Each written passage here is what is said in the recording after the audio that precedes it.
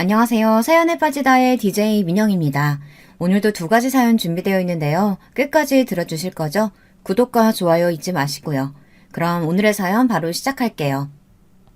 안녕하세요. 저는 유명 레스토랑에서 매니저로 일하고 있는 30대 중반의 여성입니다.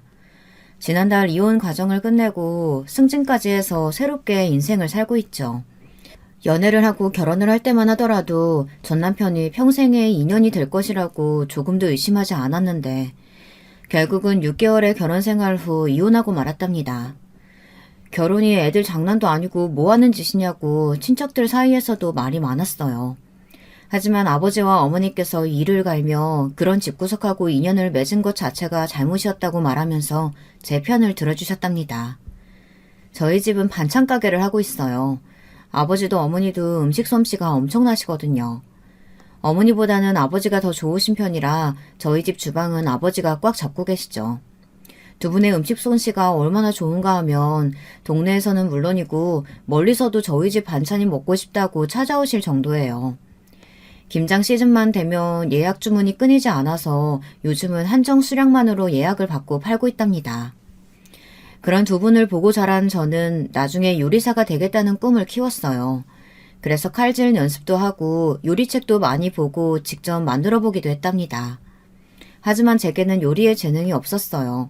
칼질이나 먹음직스럽게 플레이팅하는 것은 자신이 있었는데 그놈의 맛, 간을 잘 모르겠더라고요. 혀에 문제가 있나 싶어 병원을 가보기도 했는데 딱히 문제가 있는 것은 아니라고 하더군요. 그래서 결국 요리사가 되는 것을 포기한 저는 요리 사진을 찍는 일을 해야겠다 싶은 생각에 음식점 아르바이트를 하면서 홍보 사진을 찍는 일을 했답니다. 딱히 집에서 용돈이 부족한 것도 아닌데 그저 음식이 좋아서 저는 몇 군데 음식점을 다니면서 아르바이트를 했는데요. 그 중에서도 예약제로만 운영되는 고급 레스토랑에서 저의 일솜씨가 마음에 든다고 하시며 정직원 채용을 권해주셨어요. 그것이 인연이 되어서 지금까지도 일하고 있답니다. 요즘은 같은 계열의 다른 식당도 맡겨주셔서 눈꽃 뜰 새 없이 바쁘죠. 어떻게 보면 다행이라고 생각해요. 이혼에 대해서 생각할 시간이 없을 정도로 바쁘거든요. 남편을 만난 것은 취미로 나갔던 배드민턴 동호회였습니다. 친구 따라 왔다고 하면서 동호회에 가입하더니 넉살 좋은 성격으로 금방 동호회의 인기 스타로 자리 잡았죠. 저 역시도 호감이라면 호감을 갖고 있었고요. 그런 남편이 제게 먼저 사귀자고 이야기를 꺼냈고 저희는 4년의 연애 끝에 결혼을 결심했답니다. 결혼 준비하면서 많이들 다툰다고 하잖아요. 진짜 저는 그런 일이 없을 줄 알았거든요. 그런데 이게 무슨 남편과 다투는 것이 아니라 시어머니와 하루가 멀다 하고 입씨름을 해야만 했답니다. 정말이지 사람 사이에도 상국이 있다고 들었는데 딱 저와 시어머니가 그런 관계였죠. 시어머니께서는 허세가 좀 있으신 편이었어요. 남들 앞에서 큰 소리 치는 것을 좋아하는 그런 사람이셨죠. 결혼식장을 예약하는 것부터 시작이었어요. 시어머니께서는 자신이 아는 사람들이 얼마나 많은데 작은 곳은 절대로 안 된다고 하시면서 호텔에서 해야 한다고 하셨죠. 남편이나 저는 비용적인 부분에서 무리라고 말씀드렸지만 시어머니께서는 호텔이 아니면 안 된다고 하시더라고요. 그렇게 작은 곳에서 볼품없이 결혼식 할 생각을 하다니 세아가 너는 여자가 되어서는 결혼식에 대한 로망도 없냐? 어릴 때 입고 싶은 웨딩드레스, 꿈꾸던 결혼식장 이런 것도 없었니? 물론 있었죠. 지금 그 일랑 하나씩 제가 꿈꾸던 결혼식 준비하고 있는걸요. 어머니, 저희는 이런 곳에 돈을 쓰고 싶지 않아서요. 그 일랑 저는 직장 근처에 집 구하는 것만 하더라도 빠듯하거든요. 아니, 집을 둘이서 한다고? 너희 친정은 뭐하고? 친정에서 집도 안 해준단 말이야? 그게 무슨 말씀이세요? 집을 제가 해오다뇨. 시어머니께서는 결혼식 비용을 아껴 집을 장만하는 데 집중하고 싶다는 제 말에 정말이지 충격적인 질문을 던지셨어요. 아니 결혼하려면 혼수로 집을 해오라뇨. 이게 무슨 말도 안 되는 소리랍니까? 저는 시어머니께서 그냥 하시는 말씀이라고 생각했어요. 그런데 아니더라고요. 시어머니께서는 자기 아들이랑 결혼하면서 그런 것도 준비하지 않을 생각이었냐고 어처구니 없다는 표정으로 말씀하셨어요. 저는 얼이 나가버렸죠. 남편 역시 잔뜩 붉어진 얼굴로 동네 부끄럽게 무슨 소리냐고 시어머니를 말렸어요. 하지만 시어머니께서는 남편을 얼마나 자신이 훌륭하게 키웠는지를 강조하시면서 이렇게 훌륭한 남편감을 만났으면 그 정도는 해야 하는 것이 아니냐고 하셨죠. 말도 안 되는 소리 좀 그만하세요. 그리고 어머니께서 부를 사람들이 그렇게 많지도 않으시면서 무슨 호텔이에요. 그냥 저희가 알아서 정할 테니까 그만 좀 참견하세요. 아니, 너희가 말한 곳을 하면 음식이 제대로 안 나오잖아. 적어도 1인당 30만 원은 하는 그런 곳에서 식사 대접해야지 얼굴 들고 다니지. 30만 원이라니. 저희가 재벌집도 아니고 무슨 그런 소리를 하세요. 진짜 자꾸 이렇게 나오실 거면 어머니는 제 결혼식에 오지 마세요. 괜히 오셔서 분위기만 나쁘게 만들지 마시고요. 결국 남편은 시어머니께 결혼식이 그렇게 부끄러우면 오실 필요 없다는 말까지 했죠. 시어머니께서는 착하기만 한 자신 아들이 변했다며 이 모든 것이 저 때문이라고 제게 손가락질을 하며 화를 내셨습니다. 저는 뭐라고 반응해야 좋을지 알 수 없었지만 중간에서 남편이 그런 시어머니를 가볍게 말리고는 두 번 다시 결혼식에 대해 이러쿵저러쿵 하지 마시라는 말로 간단하게 정리해버렸죠. 저는 그때 시어머니의 표정을 잊을 수가 없었답니다. 저를 노려보시며 두고 보자는 얼굴을 하고 계셨거든요. 시어머니의 허세를 겨우 잠재우고 어렵게 결혼식을 마무리한 저는 신혼여행에서 돌아온 날부터 극심한 스트레스에 두통이 밀려올 정도였어요. 시어머니께서 잠시도 저를 가만히 두지 않으시더라고요. 아니, 무슨 집안 행사가 그렇게 많은지 매주 저를 불러다가 온갖 잡일을 시키는데 미쳐버릴 것 같았어요. 여러분들도 아시겠지만 레스토랑이 주말에 많이 바쁘잖아요. 저 역시도 주말에 일이 많아 녹초가 되어 집에 잠깐 들어왔는데 시어머니께서 떡하니 거실에 앉아서 제가 돌아오기만을 기다린다고 생각해보세요. 얼마나 끔찍하겠어요. 한 번은 밸런타인데이라 손님들이 끊이지 않아 평소보다 늦은 시간에 퇴근을 하고 집에 들어갔어요. 정말이지 당장이라도 침대에 쓰러지고 싶은 마음이 가득했죠. 남편은 출장으로 지방에 있었기 때문에 저는 가벼운 마음으로 현관문을 열고 들어갔죠. 그런데 거실에서 TV 소리가 들리는 것이 아니겠어요. 저는 남편이 벌써 마치고 왔나 싶어 고개를 갸우뚱하며 중문을 열었죠. 그리고는 너무 놀라 한 발자국도 움직이지 못했답니다. 시어머니께서 소파에 비스듬히 기대어 앉아 계셨기 때문이죠. 저는 떨리는 목소리로 어떻게 들어오셨느냐고 물었어요. 시어머니께서는 떳떳하게 자기 아들 집에 못 들어올 이유가 무엇이냐고 하더군요. 나중에 알았지만 저희 집 카드키를 몰래 챙겨 가셨더라고요. 집들이 한다고 모셨을 때 말이죠. 늘 번호를 누르고 들어왔으니 카드키가 사라진 것도 몰랐던 것이죠. 어머니, 이 시간까지 무슨 일이세요? 할 말이 있어서 왔는데 너 매번 이런 식으로 집에 들어오니?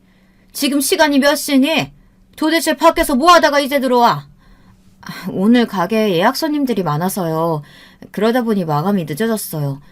어머니 하실 말씀이란 게 뭘까요? 저는 시어머니의 잔소리를 사전에 차단하기 위해 급히 말을 돌렸어요. 시어머니께서는 코웃음을 치시더니 제 앞에 팸플릿 하나를 내려놓으셨어요. 일본으로 가는 크루즈 여행 관련 홍보물이더군요. 저는 물음표가 가득한 얼굴로 이게 뭐냐고 물었어요. 시어머니께서는 이번 여름에 친구들과 이 크루즈 여행을 가기로 했으니 저더러 준비하라고 하셨어요. 저는 준비라니 무슨 말씀을 하시는지 전혀 이해가 되지 않았죠. 어머니, 준비하라니 무슨 말씀이세요? 무슨 준비요? 이렇게 눈치가 없어서야. 준비가 뭐겠어, 여행 준비지. 이번에 너희 결혼했다고 내가 한턱 내기로 했으니까 크루즈 6명이서 가는 거 예약 좀 해둬. 여권은 내가 따로 보내줄 테니. 지금 저더러 이 크루즈 여행 비용을 내라는 말씀이세요? 너는 젊은 애가 말귀가 그렇게 어두워서 사회생활은 어떻게 하고 다니니? 당연한 말을 꼭 그렇게 묻고 싶어? 당연하다뇨. 갑자기 여행 경비를 대라고 하시는데 그게 어떻게 당연한 소리예요. 저희가 결혼했는데 무슨 턱을 내신다고요. 저희도 계획이라는 것이 있는데 이렇게 막무가내로 여행 보내달라고 하시면 어떡해요, 어머니. 저는 절대로 불가하다고 시어머니께 말씀드렸어요. 듣고 계시는 여러분 생각을 좀 해보세요. 아니 갑자기 여행을 가신다는 것도 어이가 없는데 그 여행 경비를 며느리인 저더러 다 내라고 하신다는 것이 말이 되는 소리냐고요. 그리고 시어머님께서 며느리 본 턱을 낼 수도 있죠. 저도 그 정도는 이해할 수 있어요. 그런데 그 핑계로 해외여행이라니 저는 이런 경우는 듣도 보도 못했거든요. 여러분들 주변에 이런 사람들이 있던가요? 저의 이런 반응에 시어머니께서는 조금도 상상하지 못했다는 듯이 놀란 얼굴을 하시고는 저를 보시며 그런 돈도 없이 살림을 살고 있었느냐고 따지듯이 물어보셨어요. 그리고는 이왕 말을 꺼냈으니 짚고 넘어가자고 하시더니 저더러 돈 관리는 누가 하고 있느냐고 솔직히 말하라고 취조하듯 말씀하셨어요. 저희 부부는 결혼하자마자 각자의 월급은 각자가 관리하는 것으로 했거든요. 개인 통신요금 같은 것들은 각자가 처리하고 관리비나 식비와 같은 공통으로 들어가는 것들은 함께 매달 일정 금액을 내서 생활하자고 했죠. 남편은 제게 시댁에 용돈을 드리는 것도 자신이 알아서 할 테니 절대 신경 쓰지 말라고 하더군요. 내가 진짜 부끄러워서 말을 안 하려고 했는데 너는 며느리가 되어서 시어머니께 용돈을 매달 겨우 70만 원이 뭐니? 70만 원, 응? 그 도대체 어디다 쓰라고 코딱지만한 돈을 내밀어? 어머니께 드리는 용돈은 그이가 보내드리는 거예요, 어머니. 저희 결혼하면서 부모님께 드리는 용돈은 각자 알아서 하자고 했거든요. 그이가 매달 70만 원씩 드리고 있는 줄은 저도 몰랐네요. 각자 알아서 하자니 그게 무슨 말이야? 그럼 너는 친정에 얼마 주고 있는데 설마 나보다 많은 건 아니지? 저희 부모님께서는 아직 멀쩡하게 돈 벌고 사는 사람한테 용돈이 뭐냐고 한 푼도 받지 않겠다고 하셔서 드린 적 없어요, 어머니. 시어머니께서는 제 말에 뜨끔하셨는지 눈을 피하시더군요. 저희 부모님께서는 가게를 운영하기 때문도 있으시겠지만 사실 멀쩡해서 아직 돈 벌 수 있는데 자식들에게 기대어 살고 싶지 않다고 하셨거든요. 그래서 저를 포함한 저희 형제들은 그 누구도 용돈을 드려본 적이 없어요. 생일이나 기념일을 제외하고는 말이죠. 시어머니께서는 헛기침을 하시면서 시선을 피하시더니 갑자기 활짝 웃으시면서 그럼 저더러 돈이 굳는 것 아니냐고 하시더군요. 어이가 없던 저는 그게 무슨 말씀이냐고 시어머니께 물었어요. 그랬더니 시어머니께서 제가 친정에 한 푼도 안 주고 있으니 돈이 굳는 거 아니냐며 그 돈을 자신에게 주면 되겠다고 하셨죠. 사돈이 안 받겠다고 하시니 내가 대신 받으면 되겠네. 넉넉하게 딱 100만 원만 보내주면 되겠다. 아니다. 그러지 말고 너 카드 좀 내봐라. 갑자기 카드라뇨. 저희는 신용카드 그의 이름으로 된 것이 전부예요. 그럼 이번 기회에 하나 만들어서 보내. 내가 용돈처럼 쓸 테니까. 그러면 딱 맞겠네. 그이가 매달 드리는 돈 있으시면서 무슨 신용카드예요, 어머니. 아니 너는 도대체 며느리가 돼서 뭐 하나라도 공손하게 알겠다고 하는 법이 없니? 내가 그렇게 우습게 보여? 어떻게 며느리가 시어머니 알기를 을킬거리 개똥 취급을 해? 시어머니께서는 크루즈 여행도 안 된다. 용돈 100만 원도 많다. 거기다 신용카드도 못 준다고 말하는 저를 못마땅해 하시면서 다음 주까지 당장 처리해서 가져오라고 하셨어요. 저는 정중하게 거절의 의사를 밝혔지만 시어머니께서는 막무가내셨죠. 아무리 설득을 하려고 해도 소용이 없었죠. 시어머니께서는 분명 다음 주까지 해결하라고 했다고 하시고는 피곤하니 자야겠다고 하시면서 당당하게 안방으로 들어가셨어요. 방금까지 피곤해서 미칠 것 같았던 몸이 몇 배는 더 무겁게 느껴졌어요. 저는 한숨을 내쉬며 겨우 씻고 드레스룸으로 들어가 여분의 이불을 꺼내 몸을 뉘었죠. 다음날 아침 시어머니께서는 일찍부터 아침밥을 차리지 않고 뭐 하느냐고 잔소리셨어요. 저나 남편은 아침을 먹는 사람들이 아니라서 그동안 쉐이크 한 잔이면 충분했는데 시어머니는 전혀 아니시다 보니 졸지에 아침을 해야 하는 상황이었죠. 게다가 전날 시어머니 때문에 잠을 설친 저는 아침을 차릴 기운이 없었어요. 겨우 몸을 일으켜 밥을 차리는데 온몸이 천근만근 같았어요. 시어머니께서는 느려 터진 것이 군뱅이 같다고 옆에서 계속 잔소리셨지만 그 소리도 점점 멀어지는 것 같았죠. 다시 눈을 뜨자마자 보이는 것은 하얀 천장이었어요. 거기다 알 수 없는 소독약 냄새와 정신없는 소리들이 들려왔죠. 주변을 둘러보니 응급실이더군요. 곧 의사 선생님께서 다가오시더니 기절해서 실려왔다는 이야기를 하셨어요. 그리고는 임신 초기라는 놀라운 말씀을 하셨죠. 자세한 진찰은 산부인과를 가셔야 한다고 하시는데 그 뒷말은 하나도 들리지 않았어요. 제가 임신이라니 조금도 생각해보지 않았던 말이라 머리가 멍해졌어요. 곧 응급실을 나서니 남편의 모습이 보였어요. 출장지에서 바로 돌아온 모습이었죠. 남편은 저를 보자마자 갑자기 기절했다는 소식을 듣고 얼마나 놀랐는지 아느냐며 무슨 일이냐고 걱정스럽게 물었어요. 많이 놀란 남편의 얼굴을 보며 저는 산부인과 진료를 봐야 한다고 말했어요.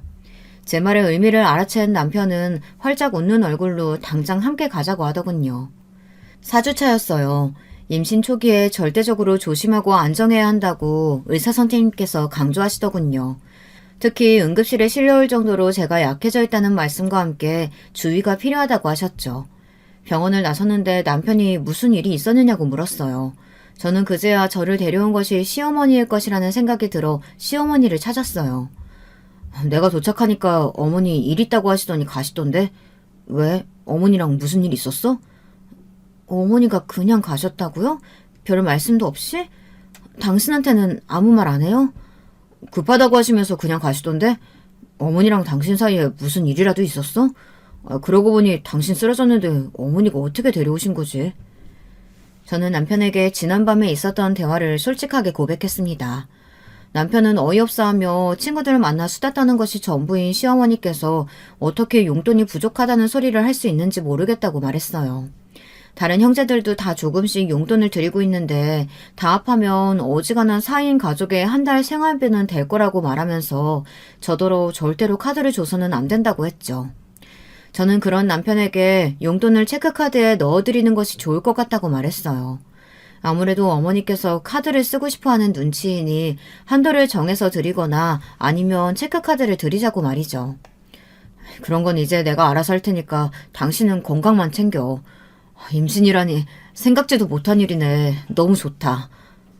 임신인 줄도 모르고 엄마가 되어서 그런 것도 모르다니. 당신도 처음인데 당연히 모르지. 거기다 아직 우리 신혼인데 이렇게 빨리 찾아왔을 거라고 누가 생각이라도 했겠어? 그나저나 우리 현관부터 바꾸자. 어머니께 현관카드 달라고 해봤자 소용없을 것 같으니까. 남편의 말에 저는 결국 웃음이 터져버렸어요. 저는 남편이 시어머니께 현관카드를 받아낼 거라고 생각했지 아예 통째로 갈아버릴 것이라고는 상상하지도 못했거든요. 시어머니께서 당황하실 모습이 그려지면서 저도 모르게 웃음이 터져버렸죠. 집에 도착한 저는 일주일간 병가를 내고 편하게 집에서 쉬기로 결정했어요. 레스토랑에서도 축하한다는 말과 함께 걱정하지 말고 쉬라고 해주셨죠. 정말이지 오랜만에 그렇게 푹 쉬어본 것 같아요. 잠을 그렇게 늘어지게 원 없이 잔 것이 언제였나 싶을 정도였죠. 꿈 같은 일주일을 보내고 있던 마지막 날이었어요. 일찍 들어오다던 남편을 기다리고 누워있는데 현관에서 에러 소리가 자꾸만 들리더군요. 저는 본능적으로 시어머니란 사실을 알 수 있었어요. 그렇게 끈질기게 현관과 싸움을 벌일 수 있는 사람은 시어머니뿐이었으니까요. 저는 느릿느릿 몸을 일으켜 현관으로 향했죠. 문을 열자마자 화가 난 황소처럼 시어머니께서 들이닥치더군요. 문이 고장난 것 같다고 하시며 왜 카드를 열리지 않느냐고 소리를 지르셨어요. 저는 모르는 척하며 이 시간에 갑자기 연락도 없이 무슨 일이냐고 물었죠. 너 이게 무슨 짓이냐? 한도라니! 내가 오늘 어떤 창피를 당했는지 알아? 시어머니께서는 카드를 하나 꺼내시고는 바닥으로 던져버렸죠. 저는 무슨 일인가 싶어 카드를 살펴보니 남편의 명의로 된 신규 카드더군요. 저는 남편의 추진력에 속으로 감탄하면서 이게 뭐냐고 물었죠. 시어머니께서는 다 알고 있으면서 어디서 모르는 척이냐고 소리를 지르시더니 제게 당장 카드 한도를 풀라고 말씀하셨어요.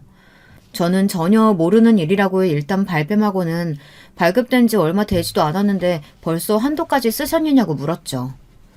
친구들이랑 백화점 갔다가 마음에 드는 가방 있기에 하나 사려고 했더니 한도 초과라고 떡하니 뜨잖아. 아휴 정말이지 아직도 얼굴이 다 화끈거리네. 어떻게 할 거야? 그 많은 사람들 앞에서 창피를 당했는데 어떻게 할 거냐고. 어머니 가방이란요. 갑자기 무슨 가방을 또 사신다는 말씀이세요? 제가 신혼여행 다녀오면서 하나 선물해 드렸잖아요. 겨우 그거? 어디 브랜드인지도 모를 그 싸구려 지금 말하는 거냐? 그걸 지금 어디다 비교하고 있어? 네? 어머니께서 그 브랜드 좋아하신다고 하셔서 해외에서만 파는 라인으로 사서 선물해 드렸는데 싸구려라뇨. 제 설명에 시어머니께서는 전혀 모르셨다는 얼굴로 그런 가방이면 미리 말했어야 하지 않느냐고 오히려 제게 타박을 주셨어요. 하지만 내심 만족스러운 얼굴 표정은 숨기지 못하셨죠.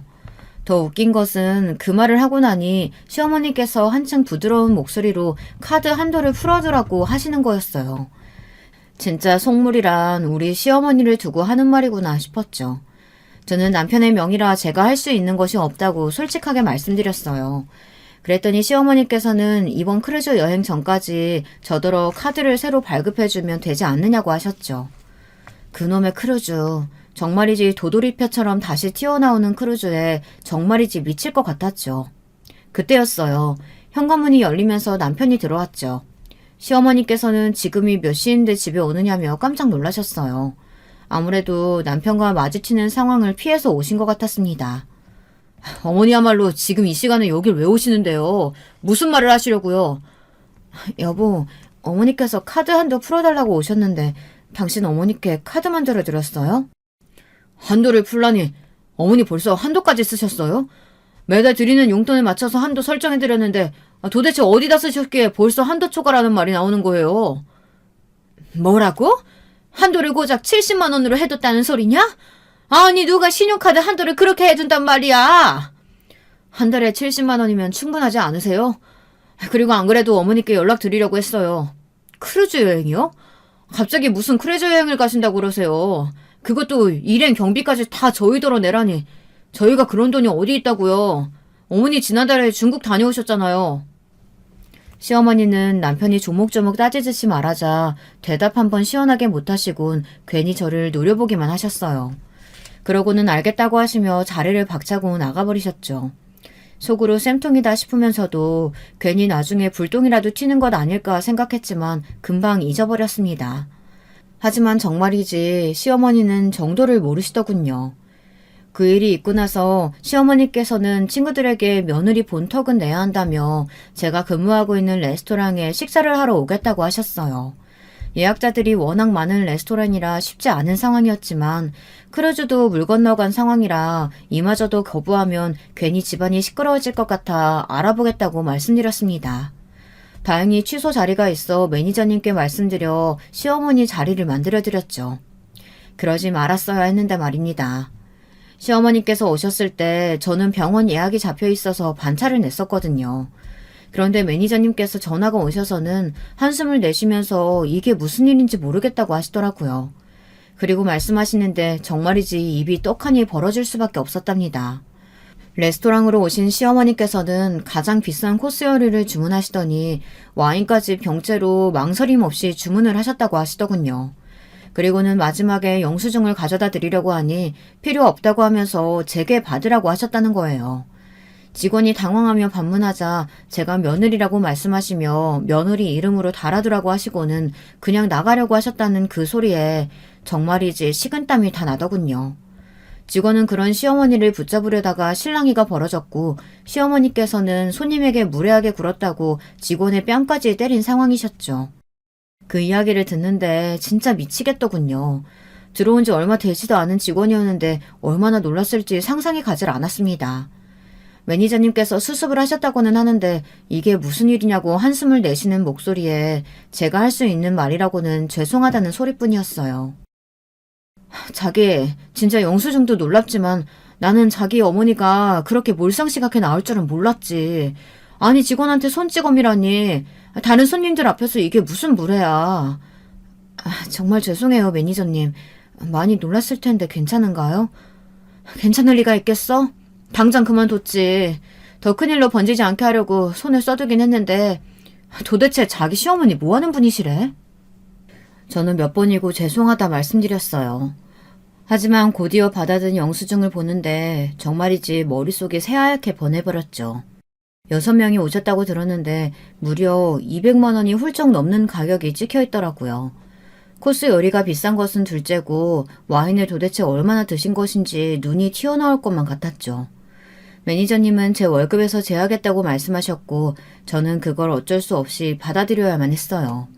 너무 화가 났지만 이미 벌어진 일인데 어쩌겠어요. 하지만 시어머니는 한 번으로 넘어갈 생각이 없으신 것 같았어요. 그 사건이 있고 한 달 후 제 인생에서 절대로 잊을 수 없는 사건이 벌어졌어요. 제가 이혼이란 단어를 처음 생각하게 된 계기나 다름없는 사건이었죠. 시어머니께서는 개모임을 저희 레스토랑에서 하겠다고 저더러 자리를 만들라고 하셨어요. 저는 지난번과 같은 일을 만들고 싶지 않아 단호하게 불가하다고 했죠. 그때는 우연히 취소 자리가 생겨서 말씀드렸지만 이번에는 안 된다고 말이에요. 시어머니께서는 거기서 일한 지 오래되었다고 들었는데 그런 능력도 없느냐고 하시며 제게 화를 내셨어요. 저는 끝까지 원칙이 그렇다는 말로 응수했죠. 하지만 끝까지 시어머니께서는 막무가내로 요구하셨어요. 계모임 당일 시어머니께서는 아침부터 언제 시간이 되느냐고 물어보시더군요. 저는 어이가 없었죠. 제 말을 듣고 있기는 한 것인지 의심이 들었거든요. 저는 짜증을 내지 않으려고 심호흡을 하고는 오늘은 예약이 꽉 차 있어서 오셔도 들어갈 수 없다고 말했어요. 하지만 시어머니께서는 저녁에 가겠다고 하시더니 지난번에 먹었던 와인이 좋던데 미리 준비를 좀 해두라는 말을 하셨죠. 진짜 무슨 벽에게 이야기하는 것도 아니고 저는 답답해 미칠 것 같았어요. 사연을 듣고 계시는 분들도 저와 비슷한 생각을 하지 않으실까 싶어요. 아니, 이렇게 이야기를 해도 들은 척하지 않는 사람이 어디 있냐고요. 저는 시어머니께 문자까지 드리며 오늘은 오셔도 들어오실 수 없다고 말씀드렸어요. 시어머니께서 말씀하신 시간이 다가오자 점점 초조해지기 시작했어요. 설마 이렇게까지 이야기했는데 오실까? 이런 생각으로 머릿속이 복잡해졌죠. 하지만 시어머니께서는 떡하니 친구들을 이끌고 저희 레스토랑으로 오셨어요. 입구에서는 당연히 예약자 명단에 없다는 말로 친절하게 들어가실 수 없다고 했지만 시어머니께서는 자신의 며느리가 이곳에서 일하고 있다고 하시며 빨리 안내를 하라고 직원을 몰아붙이셨죠. 안에서 시어머니가 왔다는 소리에 저는 바로 나갔습니다. 어머니, 제가 분명 오늘은 자리 없다고 말씀드렸잖아요. 오셔도 들어가실 수 없다고 문자도 드렸는데 왜 이러세요? 왜 이러세요? 너는 시어미가 하라고 하면 네 하고 그냥 할 것이지 무슨 말이 그렇게 많아? 그래서 지금 내 친구들 앞에서 뭐 나를 내쫓기라도 하겠다는 거야 뭐야? 당장 자리 안 만들어? 어머니, 있지도 않은 자리를 어떻게 만들어요? 정말 오늘은 예약자가 꽉 차서 안 된다니까요.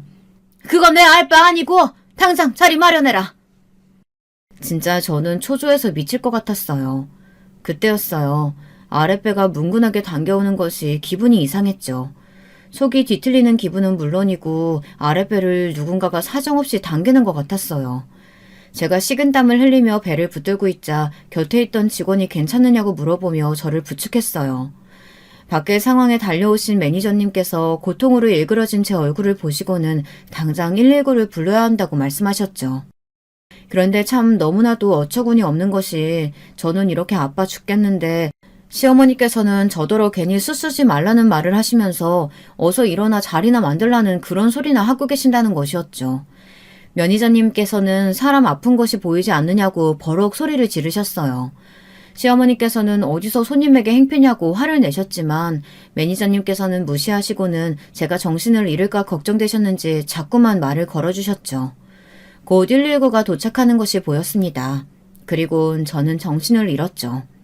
그날 저는 아이를 잃어야만 했답니다.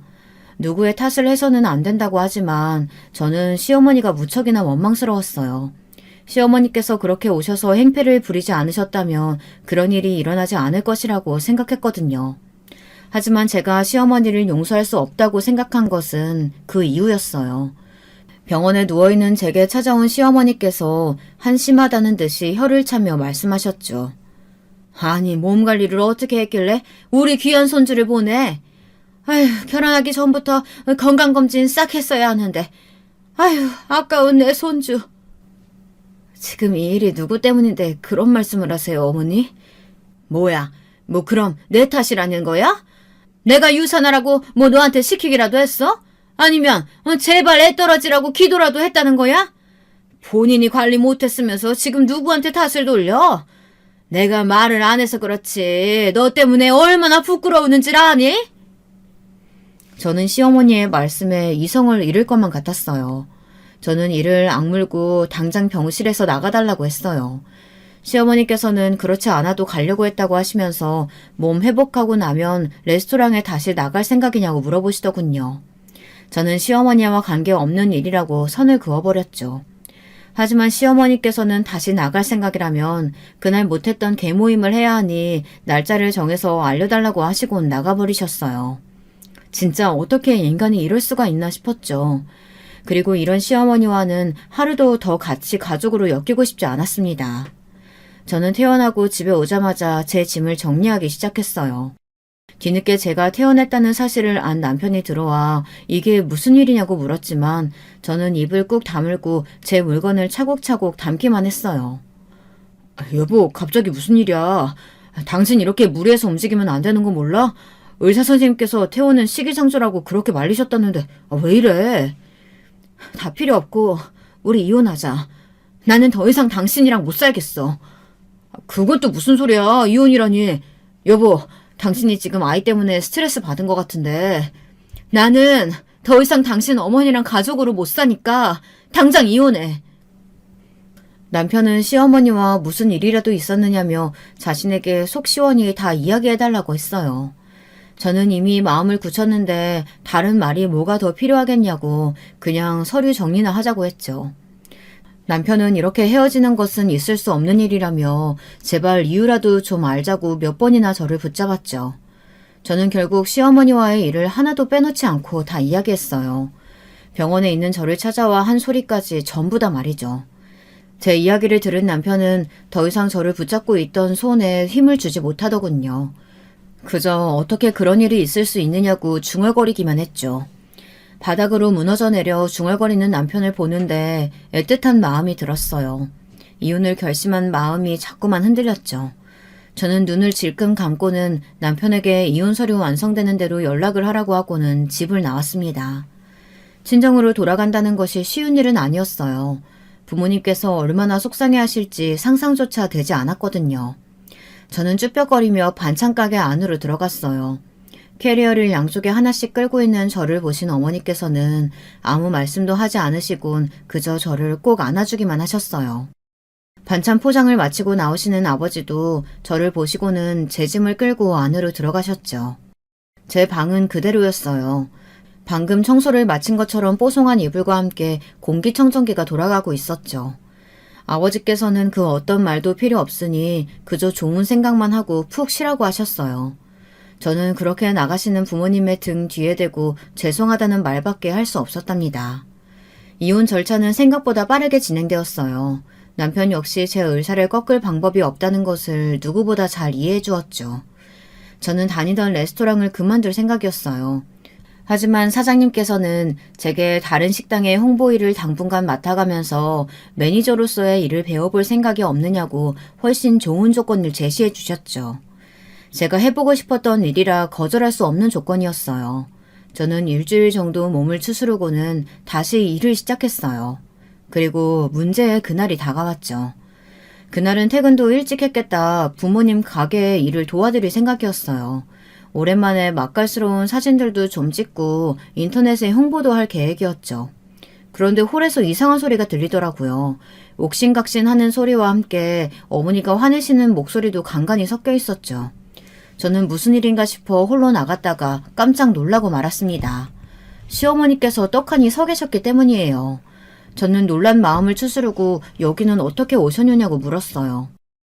반찬 가게에 반찬 사러 왔지 뭐 하러 왔겠니? 여기 이것도 좀 싸주시고요.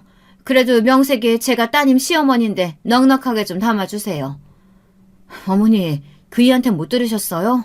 저희 이혼하기로 했는데요. 들었다. 네가 하자고 했다며? 아주 뭘 잘했다고 이혼을. 어처구니가 없어서. 사돈, 여기 이 양념갈비도 주세요.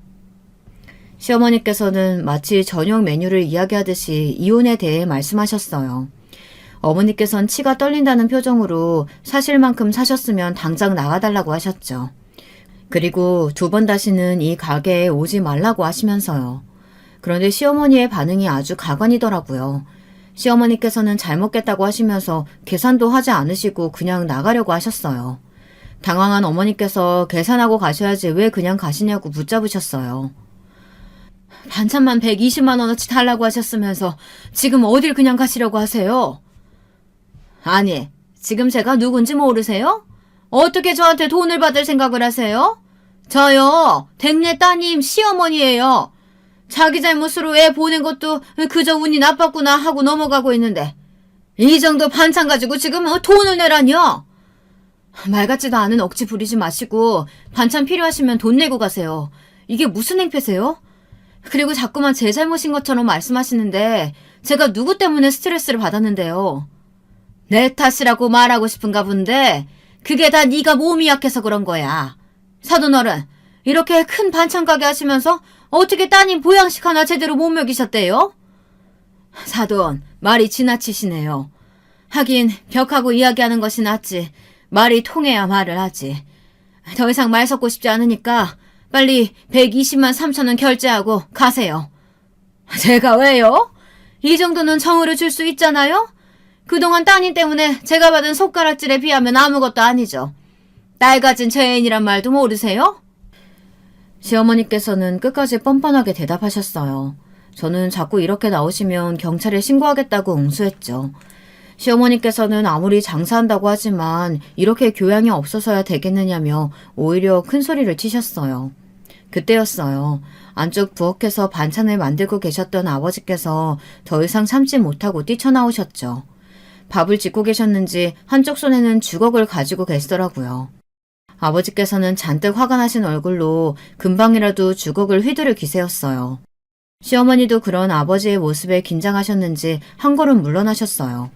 저 역시 조마조마한 마음으로 아버지께 들어가시라고 말씀드렸지만 아버지께서는 그런 제 팔을 부드럽게 밀어내셨어요. 가만히 듣고 있으니 이게 무슨 개 짖는 소리도 아니고 지금 뭐라고 했어? 우리 딸이 뭐 어쩌고 어째? 교양? 당신은 그렇게 교양이 넘쳐서 무전치식이나 하려고 하는 거야? 바깥사돈, 말 그렇게 함부로 하지 마세요. 며느리가 잘못하는데 시어머니가 되어서 가만히 있으란 말이세요? 일이 바쁘다고 집안 살림은 나몰라 하더니 결국에는 애까지 잃어버리고 이렇게 흠 많은 며느리 받아주는 시애미가 어디 있냐고요? 흠이라뇨. 사돈이야말로 그동안 우리 딸애한테 저지른 행동들 사과하고 여기에는 얼씬도 하지 마시라고요. 사과라니. 이따위 집에서 키운 딸아이 며느리로 받아준 것만 하더라도 감사하게 생각하셔야죠. 제가 말을 안 해서 그렇지 고작 이런 애랑 결혼하라고 키운 우리 아들이 아니란 말입니다. 철석. 시어머니의 외침에 결국 참지 못한 친정아버지께서 주걱을 크게 휘두르셨어요. 시어머니의 뺨에 불꽃이 튀는 것 같았죠. 시어머니께서는 크게 휘청거리시며 바닥으로 쓰러지셨어요. 가게에 있던 손님들은 물론 저와 어머니까지 헉하고 숨을 들이마시는 소리가 울렸어요. 씩씩거리던 아버지께서는 바닥에 주저앉은 시어머니를 보며 외치셨죠. 귀하게 키운 우리 딸이야. 당신 아들이 잘났으면 얼마나 잘났는지 모르겠지만 우리 딸아이도 마찬가지로 귀한 자식이라고. 그런데 뭐? 흠이 많아? 내 딸한테 지옥보다 더한 시간 겪게 만든 인간이 누군데 그런 말을 하는 거야? 어떻게 나한테? 고소할 거야. 내가 싹 다 고소해서 콩밥 먹일 테니까 그런 줄 알라고. 감히 어디에 손을 대? 무식하게.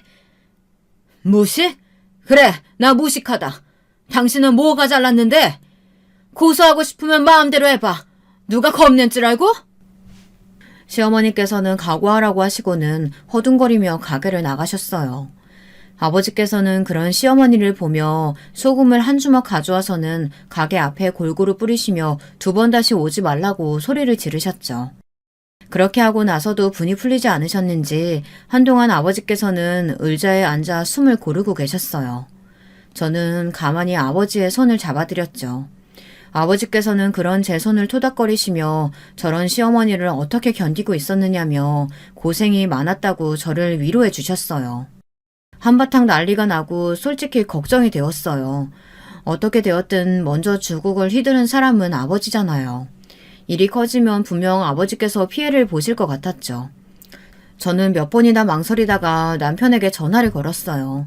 잔뜩 피곤한 목소리로 전화를 받은 남편에게 저는 낮에 있었던 일을 이야기했죠. 제 이야기가 끝나도록 남편은 한마디도 하지 않았어요. 초조해진 저는 시어머니께서 고소하신다고 하는데 말려줄 수 없겠느냐고 물었어요. 제 말에도 한동안 침묵만 지키고 있던 남편은 무슨 고소냐며 아무런 걱정도 할 필요 없다고 하곤 오히려 자신이 대신 사과하고 싶다고 말했죠. 끝까지 못난 모습만 보이네. 내가 조치를 취했어야 했는데 미안해. 당신 많이 놀랐겠다. 장모님이랑 장인어른은 어떠셔? 당신 탓 아닌 거 알아. 어머니에 대해서 내가 모르겠어? 당신이 뭐라고 해도 그 자리에서나 잠깐 알아듣는 척 하시지 결국에는 자기 마음대로 하실 뿐이잖아.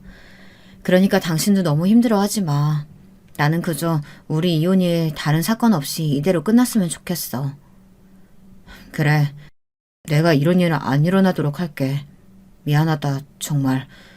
내가 입이 10개라도 할 말이 없어. 전화 너머로 괴로워하는 남편의 목소리가 생생하게 들려왔어요.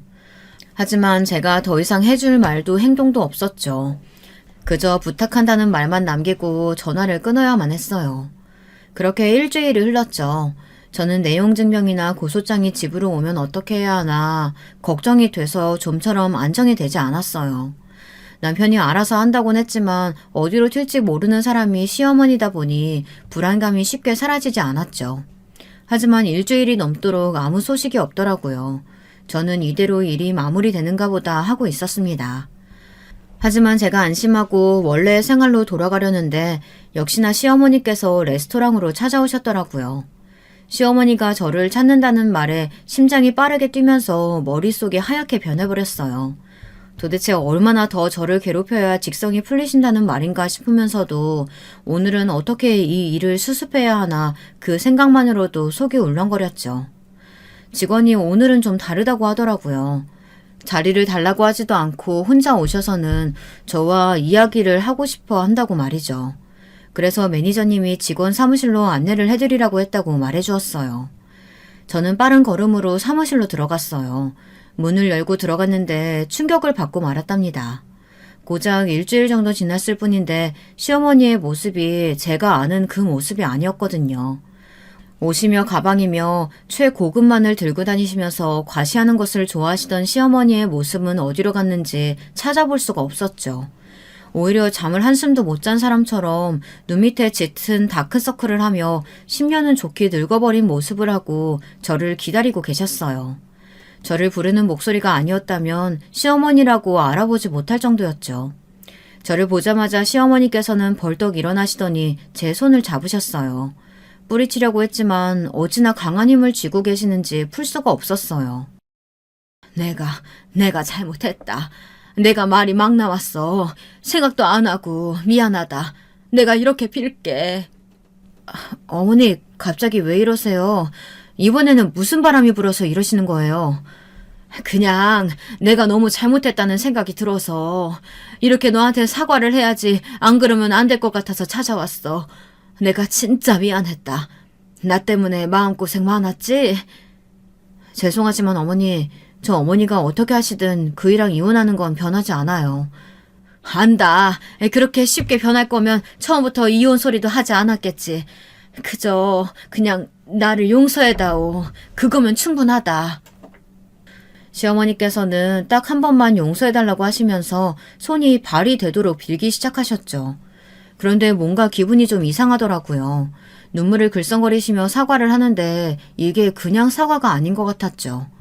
그런 제 의심에 확신이 더해진 것은 시어머니의 이상한 요구였어요. 자꾸만 제게 용서했다는 말 한마디만 남편에게 해주면 안 되냐고, 그러면 다시는 눈앞에 나타나지 않겠다고 하시더라고요. 반복되는 그 말에 저는 제가 모르는 일이 있구나 싶었습니다. 저는 시어머니께 갑자기 왜 사과하려고 하시느냐고 물었어요. 사실대로 말씀을 해주셔야 도울 수 있다고 했죠.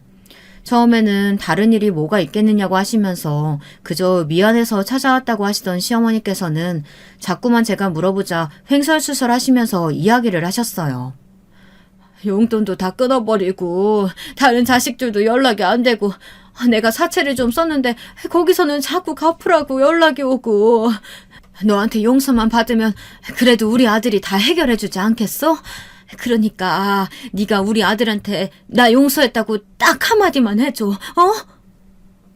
결국 저나 저희 가족에게 미안한 감정은 하나도 없으시군요. 그저 어머니 생활이 불편해지자 찾아오신 거였네요. 내가 진심으로 미안해하든 안 하든 그게 무슨 상관이겠어. 그냥 빨리 아들한테 용서했다고 하라니까? 시어머니께서는 제가 좀처럼 자신이 원하는 대답을 해주지 않자 결국 폭발하셨어요. 그저 용서했다는 한마디가 뭐가 그렇게 어려운 일이냐고, 그 한마디면 다 해결이 될 일을 가지고 뭐하는 짓이냐며 짜증을 내셨죠. 저는 가까스로 시어머니의 손을 풀어내고는 절대 죽어도 용서할 수 없다고 말했어요. 시어머니께서 저와 저희 가족들에게 저지른 행동을 어떻게 잊을 수가 있겠느냐고 말이죠. 시어머니께서는 뒤늦게 아차하는 심정으로 저를 붙잡으려고 하셨지만 어림도 없었죠. 저는 시어머니를 레스토랑 밖으로 쫓아내고는 한 번 더 찾아오면 경찰을 부르겠다고 엄포를 놓았어요. 시어머니께서는 저를 애타게 부르셨지만 저는 뒤도 돌아보지 않았죠. 그 뒤로 시어머니의 소식을 들었어요. 남편이 끝내는 등을 돌리고 말았는지 남편을 포함한 자식들에게 버림받고 결국은 집을 팔아 빚을 정리하셨다고 하더군요. 그리고는 시골로 내려가셨다고 해요. 시어머니의 고향이라고 하는데 거기서도 그다지 환영받는 존재는 아닌 것 같더라고요. 저와 남편은 합의 이혼으로 깔끔하게 서류 정리를 했습니다. 남편은 마지막까지 제게 미안하다는 말만 반복했고 저는 차마 괜찮다는 말이 나오질 않아 알겠다고만 했어요. 6개월의 파란만장한 결혼 생활을 정리하고 저는 제 일에 좀 더 자부심을 가지기로 마음먹었습니다. 언젠가는 남편을 편안한 상태에서 만날 수도 있겠죠. 그날이 올지는 모르겠지만 지금의 제 마음으로는 남편도 저와의 결혼 생활은 다 잊고 자신의 행복을 찾기를 바랄 뿐입니다. 그리고 이대로 영원히 다시는 마주치지 않았으면 좋겠네요. 그 편이 저에게도 남편에게도 좋은 일이 아닐까 싶습니다. 제 이야기 끝까지 들어주셔서 감사합니다. 여러분, 오늘도 좋은 하루 보내세요. 여러분, 두 번째 사연 시작하기 전에 좋아요, 구독 꼭 눌러주실 거죠? 그럼 두 번째 사연 바로 시작합니다.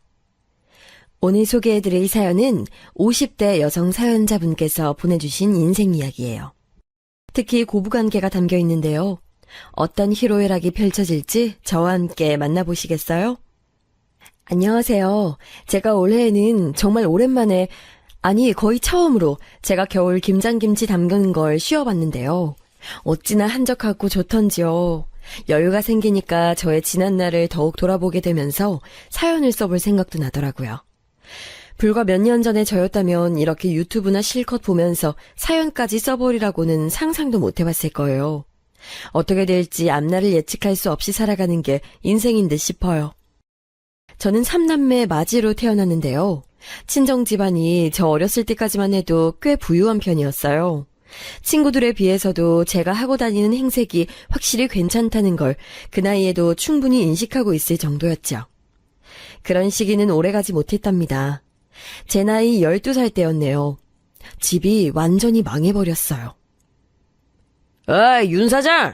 좋은 말로 할 때 내 돈 내놔. 사람 인내심을 이렇게 시험할 건가? 설마 돈 안 갚고 도망갈 생각은 아니겠지? 그렇다면 지옥까지 쫓아가 줄 거야? 저 자식을 봐서라도 비겁하게 야반 도주는 안 할 거라고 믿는다.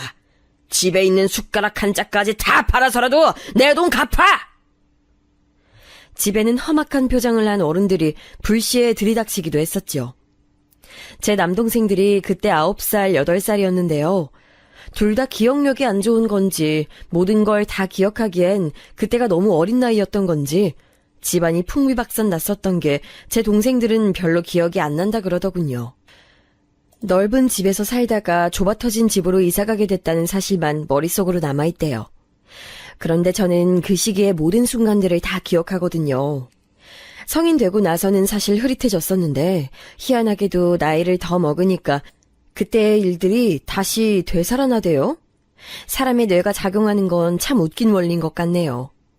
이제는 다 끝이라며 탈출구는 죽음뿐일 것 같다면서 무서운 표정을 지으며 매일 비관적인 계획만 세우셨던 아버지. 그런 아버지에 맞서 싸우면서 다시 희망을 가지고 어떻게든 살아가야 한다고 꿋꿋하게 외치셨으나 잠든 저희 3남매를 보시면서 베개를 만지작거리셨던 어머니. 우리 성희는 학교 다니는 거 재밌니? 갑자기 전학 가게 돼서 싫진 않았어? 학교 가는 거 재밌어요. 친구들도 새로 사귀었고 옆 동네에서 맛있는 떡볶이 파는 것도 찾았어요. 그래? 그럼 우리 성희는 계속 살고 싶나 보다. 이렇게 사는 것도 즐겁나 보다. 네? 엄마, 왜 자꾸 그런 소리를 하세요? 저는 우리 가족하고 사는 거 너무 좋아요. 엄마는 싫은 거예요? 여기로 이사하고 나서 엄마가 맨날 우는 표정만 지으니까 기분이 이상해요. 아니야. 엄마는 우리 가족 너무 사랑해. 그런데 사는 게 조금 버겁네. 가끔은 힘든 것 같아. 근데 이 힘든 세상에 우리 가족만 두고 떠날 수가 없어서 다 같이 먼 여행을 떠나면 어떨까 싶어서 그래. 그 나이에도 불길한 뉘앙스를 저는 알아차렸습니다. 그러니까 어머니가 초점 나간 눈빛으로 저에게 그런 말씀을 하실 때마다 애써 화제를 전환하거나 자리를 피했던 것이었죠. 어머니는 조금 이른 나이에 저를 가져서 결혼하신 거였고요. 대신에 아버지는 나이가 많이 찬 다음에 결혼하신 경우였어요. 아버지는 옛날에 개천에서 난 용으로 불리는 사람이었고 열심히 일에 몰두하시고 사업도 시작하시다 보니까 결혼이 늦어지신 것이었죠. 그러다가 엄마를 만나게 되셨고 제가 생겨서 결혼식을 급히 올리게 됐대요. 아버지는 개천 용이셨지만 친가 집안이나 외가 집안이나 못 배우고 쭉 가난했던 건 똑같았어요. 그러니까 엄마가 딸을 낳았다는 것으로 양가에서 눈총을 받으셨던 거겠죠. 아버지가 돈을 잘 버는 분이셨기 때문에 저희 집은 양가에 떵떵거릴 수 있는 입장이었음에도 단 한 가지, 첫 아이를 딸을 낳았다는 것은 책 잡힐 사유였다고 하더라고요. 그래서 엄마는 두 번째 임신을 하셨을 때 제발 아들이기를 비셨대요. 아버지도 은근하게 설마 또 딸이겠냐 이러셨다고 했고요. 그런데 둘째, 셋째가 줄줄이 연년생으로 아들이 나왔으니 참 다행인 일이었습니다. 엄마는 유독 당신의 아들들을 아끼셨어요. 양가의 어른들도 마찬가지였지만요. 저는 아주 어렸을 때부터 정신적으로 성숙하다고 해야 하나요? 좀 차분한 편이었대요. 애는 애다워야 예쁜 법인데 저는 애어른같이 보인다면서 배척을 당했었죠. 그건 그냥 제 타고난 성정이 그랬던 것일 텐데 남동생들에게 밀려난 누나, 그러면서 유일한 딸로서 엄마를 오롯이 이해해주고 감정을 받아주는 역할을 해야 했던 첫째, 그게 바로 저였던 것 같아요. 저는 집안이 폭삭 망했을 때도 제가 약한 모습을 보이면 안 된다고 생각했었어요. 늘 부모님께서는 저한테 동생들이 보고 배운다, 누나가 모범을 보여야지 이렇게 말씀하셨던 분들이었기에 제가 씩씩하게 굴어야만 한다는 강박이 있었습니다. 좁고 어두운 집에서 살게 된 것에 불평불만 한번 터뜨린 적 없었고요. 교우 문제를 일으킨 적도 없었어요. 저는 제 나름대로 죽도록 노력을 다해왔는데 그럼에도 부모님께서 힘들다, 죽고 싶다 이렇게 말씀하시는 건 어떻게 반응을 해야 할지 모르겠더라고요. 지금까지 쌓아온 걸 날려버린 이유로 사는 게 부질없다며 술을 찾으셨던 아버지. 그런 아버지에게 정신 차리라며 잔소리를 하시는 것 같지만 실상은 본인이 가장 세상을 놓아버리고 싶어 하셨던 어머니. 저는 그 즈음에 늘 두려움에 떨고 있었어요. 아버지가 언제라도 우리 가족을 버리고 집을 나가실 것 같았거든요. 또 깊이 잠들었다간 어머니가 잘못된 선택을 하시는 걸 막지 못할까봐 밤에는 잠도 설쳐댔어요. 저는 항상 부모님께 어필을 하고 있었어요. 저 좀 봐주세요. 저 이렇게 열심히 하고 있어요. 저는 앞으로 계속 살고 싶고요. 꿈이 많은 소녀예요. 우리 가족 열심히 다시 살아봐요. 저는 그러고 싶어요.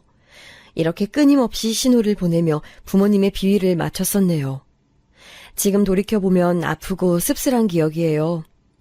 2차 성징이 오면 자연스럽게 시작하는 생리조차 저는 집안에서 눈치를 봐야 했었거든요. 돈 한 푼이 아쉽고 아까운 상황인데 넌 왜 이럴 때 하필 생리를 시작한 거니? 생리 시작한다고 미리 말이라도 하든가. 하여간 진짜 도움이 안 되는구나. 여러모로 머리 아프게 하네. 죄송해요, 엄마. 제가 주기 같은 걸 정확히 몰라가지고 언제 하는지 파악을 못했어요. 정말 죄송해요. 원래 이런 건 딸한테 엄마가 교육을 해줬어야 마땅한 거 아닐까요? 저는 학교 친구들에게 조심스레 물어보고 나서야 생리에 대한 지식을 습득할 수 있었어요. 다들 그때마다 어떻게 대처를 하는지도 말이죠. 자연스럽게 겪은 몸의 현상이었을 뿐인데 저는 그것마저도 눈치를 보면서 죄인이 된 것 마냥 설설 기어야 했다는 게 당시에는 그저 서러웠을 뿐이었지만 나이가 들수록 한으로 남았네요. 그런데 나이 먹고 나서 어머니한테 그때 일들을 여쭤보니까 기억도 안 나신대요. 정말 자기가 그랬었냐면서 기억도 안 나는 일들 괜히 들먹거리지 말라고 하시더라고요. 집안에서 유일하게 기억력 좋고 기질이 예민하기까지 한 제가 다 잘못했나 봅니다. 제가 바랐다는 것은 단지 우리 가족이 앞으로 나아가며 계속 살아가는 것뿐이었어요. 제 그런 기도가 드디어 먹혔던 것인지 아버지는 다시 경제활동을 해보겠노라 선언하셨지요. 정신과 진단을 따로 안 받았기에 병명은 없다지만 분명히 중증 우울증 환자이셨던 게 분명한 어머니도 부업 일을 관두고 아예 식당 일을 다니시기로 했고요. 그런 변화 속에 휘말린 게 저였어요. 저는 하루아침에 집을 떠나 타 지역의 작은 고모 댁으로 가게 됐죠. 아유, 잘 나가던 우리 오빠가 주저앉아서 그리 될 줄 누가 알았겠어. 내가 큰 조카를 떠안게 될 줄은 누가 알았겠고. 제가 그 집에서 얼마나 많은 눈칫밥을 얻어먹었는지 몰라요. 낯선 곳에서 새로 학교 생활을 시작하는 것도 어색했건만 집에 와서는 온갖 집안일에 저보다 어린 사촌동생을 밥 차려줘야 하고 숙제도 봐줘야 하고 준비물 챙겨주는 것까지 저의 몫이었네요. 아무도 저한테 괜찮냐, 힘들지 않냐, 빈말이라도 물어주지 않아서 저는 항상 혼자 알아서 공부하며 고등학교 생활을 보냈고요. 대학은 진작 포기했었고 바로 취업이나 했어요. 기숙사 제공되는 곳에 합격해서 작은 고모댁을 떠났고요. 그래도 몇 년 함께 지냈는데 네가 없어진다니까 너무 아쉽구나. 우리 애들도 네 손길 없으면 자기 양말 하나 못 찾는데.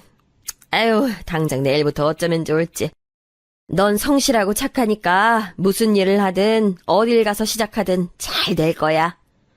좋은 말씀 감사해요, 고모. 그동안 신세 많이 졌습니다. 저희 부모님이 갑자기 저 맡아달라 하셔서 난감하셨을 텐데 받아주신 것도 정말 감사했었고요. 입 하나 줄여야 되는 상황이라면 네 동생들보다는 당연히 널 치울 수밖에 없었겠지. 이해는 가더만. 그나저나 넌 참 어렸을 때부터 지금까지 한결같이 침착하고 어른스럽구나. 잘 돼서 성공하게 되면 우리 가족 잊지 말어. 돈 벌게 되면 우리한테 성의 표시 좀 하고. 너같이 성숙한 애는 내가 이렇게 따로 말 안 해줘도 해야 할 도리를 잘 알지? 그럼요. 저 맡아주신 거 은혜 안 잊을 거예요. 늘 그렇게 살아왔던 대로 저는 착하고 피해 안 끼치고 수동적인 역할에 충실했죠. 돈 벌고 나서 고모에게 그 성의 표시라는 것도 꼬박꼬박 했었고요. 지금 생각해보면 완전히 벼룩의 간을 빼먹는 것이었건만 그거 다 알면서도 저한테 돈을 받아갔던 고모도 참 대단하신 분 같아요. 친정 식구들은 말할 것도 없었죠. 저한테 번 돈을 달라고 했던 건 예사였고요. 제 일에 간섭하면서 오만 것에 다 참견을 놨었습니다. 제가 일자리를 옮겨도 눈총을 받았고 연애를 시작했더니 엄한 잔소리가 쏟아졌고 정말 숨막히는 나날들이었네요. 그런 제가 결혼을 제법 일찍 했어요. 말수는 적은 대신 사람이 가벼워 보이지 않으며 또한 성실해 보였던 남자하고요. 부친이 병환 중이라서 힘든 시기였는데 저란 여자를 만나 기운을 차리게 되었다며 저를 진심으로 사랑한다 말해주는 것에 제가 넘어갔어요. 저한테 유순하고 사려 깊어 보인다고 했는데 그 말이 마음에 들기도 했었거든요. 남편은 3남매 중 둘째였어요. 위로는 누나가 아래로는 남동생이 있었죠. 어디서 많이 본 구조이지 않나요? 바로 제 친정이요. 제가 장녀, 밑으로 남동생이 둘이잖아요. 그런데 시댁도 똑같이 딸, 아들 이렇게 셋이었던 거예요. 어쩌면 그렇기에 제가 남편의 누나인 시누이의 심정을 이해했는지도 모르겠어요. 내가 왜 엄마를 모시고 살아야 돼? 딸이라서 더 엄마랑 가깝다고? 첫째라서 그런 책임감을 느껴야 한다고? 웃기지들 마셔. 나는 평생 장녀랍시고 오만 희생 다 해왔고 딸이랍시고 오만 차별 다 당해왔어. 아버지가 맨날 나한테 개집년 운운하면서 나 기사라 다니는 꼴 보기 싫다고 욕하셨던 거 아직도 귓가에 생생하게 들려. 엄마, 나한테 넌 네 동생들 보살펴주기 위해 태어난 존재라고 했었지. 그거 왜 내 쓸모는 없다고 그러셨잖아. 이제 내가 그 말 돌려드릴게. 엄마를 보살펴드릴 의무는 아들들한테만 있어요. 딸은 쓸모가 없기 때문이죠. 시아버지께서 돌아가신 이후 시어머니의 거취 문제가 대두되었을 때 시누이가 아주 신랄하게 떠들어댔었죠. 마치 이날만을 기다렸노라고 외치는 사람처럼 조금의 망설임도 없이 크게 외쳤어요. 시어머니를 모시는 문제에서 나는 빠지겠다고 말이에요. 남편이 당황하면서 만류했었고 시동생이 그건 아예 가족 간의 인연 끊자는 것 아니냐며 따졌었죠. 그러자 시누이가 웃으면서 이렇게 말했어요. 앞으로 평생 얼굴 안 보고 목소리 안 듣고 산다면야. 나야 좋지. 나한테 고통과 굴욕만 안겨줬던 이놈의 집구석. 이런 계기로 연을 끊게 된다면 나로선 쌍수 들고 환영이야. 그 모습을 보면서 저는 압도당했던 것 같아요. 그 순간에 시누이는 마치 또 하나의 저를 보는 듯 했어요. 정확히는 제가 저렇게 되고 싶었으나 엄두를 못 내는 모습 말이에요. 남편과 시동생은 시누이의 기세에 맥을 못 췄죠. 친정보다 시댁이 편한 나 같은 사람도 없을 거야. 날 이렇게 만들어준 우리 가족 정말 대단하다. 잘들 살아보셔. 난 관심도 없으니까. 시누이가 그렇게 말하고 나서 돌아섰을 때 저는 괜스레 제 친정을 떠올려 봤어요. 저에게도 과연 친정보다 시댁이 편하다는 말이 적용될까 싶어서요. 왠지 그런 것 같더라고요. 저한테서 뭐 하나라도 더 뜯어내고 싶어서, 뭐 시켜먹고 싶어서 이리저리 기웃거리는 친정 식구들을 생각하니 차라리 시댁이 훨씬 나은 듯 싶었어요. 여러분은 혹시 착한 아이 증후군이 뭔지 아시나요? 부정적인 정서나 감정 같은 걸 숨기고 타인의 말에 순응하면서 착한 아이가 되려고 하는 경향을 뜻하는 거거든요. 제가 TV에서 이 내용을 보고 딱 제가 그런 증후군을 앓고 있었다는 생각이 들었습니다. 시어머니를 모시기로 한 것은 바로 이 착한 아이가 되려고 하는 경향이 강했기 때문인 것 같아요. 진짜로 우리 엄마를 모시고 살겠다니 우리 부인이 최고다. 정말 고마워. 당신 같은 여자랑 결혼한 게 내 일생일 때 행운이었나 봐. 남편이 저를 향해 고마워해주는 것도 좋았고요. 세상에 둘도 없는 착한 아내가 된 것 같아서 고향감도 느꼈었죠. 형수님! 정말로 감사해요. 어떻게 우리 집에 형수님 같은 분이 오셨나 모르겠어요. 집안의 복이겠죠? 쉽지 않은 선택이셨을 텐데. 형수님, 정말 존경합니다. 시동생이 저를 축켜 세워주면서 듣기 좋은 말로 열심히 저를 포장해주는 것도 좋았어요. 그제서야 제가 시동생한테서 형수라는 윗사람이 된 것 같더군요. 자리를 인정받은 기분이었네요. 또한 저는 시어머니를 모시고 살면 저희 친정 식구들이 저를 덜 못살게 굴 거라고 예상했던 거예요. 시어머니랑 같이 산다는데 어떻게 앞으로 참견을 할 엄두가 났겠나요? 그런데다가 저는 힘들겠다는 동정을 받을 수 있었죠. 마음고생이 심할 텐데 어쩌다가 시어머니를 모시고 살게 되었냐면서 친정 식구들이 답지 않게 진정으로 저를 염려해주는 거예요. 그건 바로 그토록 제가 친정 식구들에게 받고 싶었던 것이었어요. 괜찮냐고 저한테 물어봐주는 것. 친정 식구들이 해주기를 오랜 세월 바랐었거든요. 착한 아이 증후군에 눌려서 어린 시절부터 그렇게 자라왔던 저는 어른이 되어 결혼을 하고 가정을 꾸렸음에도 제 스스로 주체적인 생각을 하고 판단을 내리기보단 저희 행동으로 인해 주변 사람들이 어떻게 받아들일까를 중점으로 두고 판단했던 것 같아요. 인정받고 싶고 관심받고 싶고 나 이렇게 애쓰는 거, 힘든 거 누가 좀 알아줬으면 좋겠고 그런 욕구들이 오랜 세월 눌려왔었으니 시어머니를 모시기로 한 것에 있어서도 좋은 며느리, 착한 딸 이런 모습으로 비치고자 했던 것이죠. 물론 저는 시어머니께도 힘이 되어드리고 싶었어요. 시아버지께서 세상을 떠나신 여파로 시어머니께서 한 번 쓰러지셨었대요. 그리고 그게 시작점이 되어서는 그 후로 건강이 영 시원치 않아지셨죠. 제가 그래서 그런 시어머니를 잘 돌봐드리고 싶었어요. 시누이는 자기는 절대 시어머니 못 모신다면서 일찍이 발을 뺐으니 그것에 또 시어머니께서 충격을 받으셨거든요. 왜 상처를 안 받으셨겠나요? 제가 그런 부분도 위로를 해드리고 싶었죠. 비록 제가 딸은 아니지만 딸 같은 며느리가 되어서요. 내가 우리 딸을 어떻게 키웠는데 그 고대고 모진 시집살이 당할 때 낳고 키웠던 첫째가 바로 우리 딸이었어. 내가 지를 얼마나 예뻐하고 잘 키워줬는데 뭐? 내가 지를 어쩌고 저쨌다고 아유 다 부질없다. 옛날에 충분히 가족 간에 벌어질 수 있었던 상황들을 가지고 그렇게나 가슴속에 담아뒀고 아직도 이를 박박 깔고 있었다니. 아유 내 딸이지만 정말이지 너무나 정신적으로 미성숙한 애야. 나이만 먹었지 아직도 사춘기 애 같다고. 시어머니께서 어찌나 분하셨으면 당신의 가슴까지 퍽퍽 두드리시며 시누이의 이야기를 하시는데 제가 그 손을 잡아와서 꼭 만져드렸어요. 어머님, 이젠 제가 곁에 있잖아요. 저희 집에서 모시기로 했으니 이제 저랑 잘 지내봐요. 어머님 앞으로 건강관리 열심히 하시고 저희랑 오래오래 지내주세요. 네?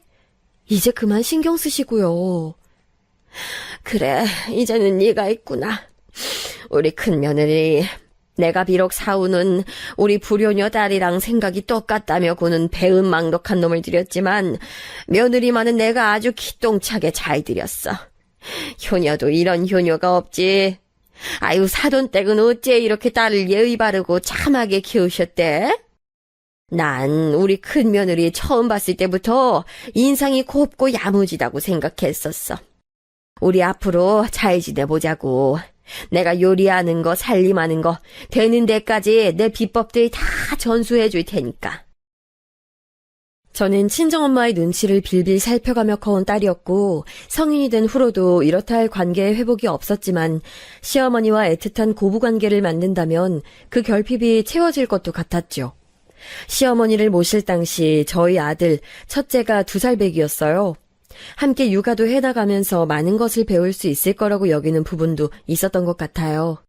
그러나 시어머니께서는 당신의 손자를 정말 예뻐해 주셨던과는 별개로 힘든 일에는 쏙 빠지셨죠. 제가 아이 우는 것 좀 달래달라고 부탁드리면 계속 안고 있으려니까 내 허리가 나만하질 않네. 그렇다고 앉지 않으면 애가 울음을 안 그치잖니. 그냥 네가 애 좀 잘 달래봐. 나한테 그러지 말고.